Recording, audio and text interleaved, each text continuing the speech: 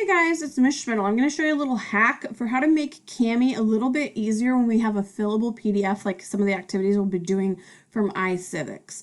So this is a different assignment than the one that you have for today. This is one that you might be looking at on Thursday. But I want to show you, like right now, if I wanted to type in these, it's a little bit difficult.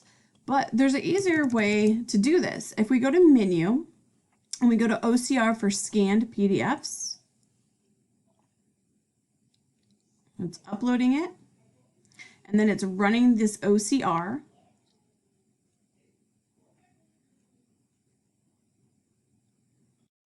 And now it makes these boxes here active. So I can type my name.